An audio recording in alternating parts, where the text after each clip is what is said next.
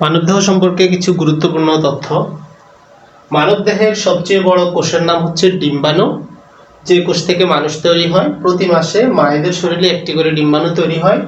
মানবদেহের সবচেয়ে লম্বা কোষের নাম হচ্ছে নিউরন। সাধারণত 1 মিটার করে লম্বা হতে পারে। সেটা কোমর থেকে একদম পায়ের তালু পর্যন্ত যেতে পারে। 1 মিটার লম্বা একটি নিউরন বা স্নায়ু কোষ।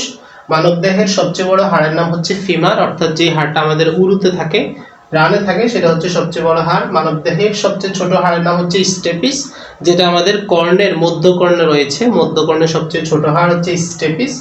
যেই কোষ বিভাজিত হয় না মানবদেহে, সেটা নাম হচ্ছে নিউরন। জন্মের সময় যতগুলো কোষ নিয়ে মানুষ জন্মগ্রহণ করে, ঠিক মৃত্যুর সময় ঠিক ততগুলোই কোষ থাকে, কোষের সংখ্যা বৃদ্ধি পায় না। যেই কোষে নিউক্লিয়াস নেই মানবদেহের, তার নাম হচ্ছে লোহিত রক্তকণিকা। মানবদেহের সকল কোষে নিউক্লিয়াস থাকলেও লোহিত রক্তকণিকায় কোনো ধরনের নিউক্লিয়াস থাকে না।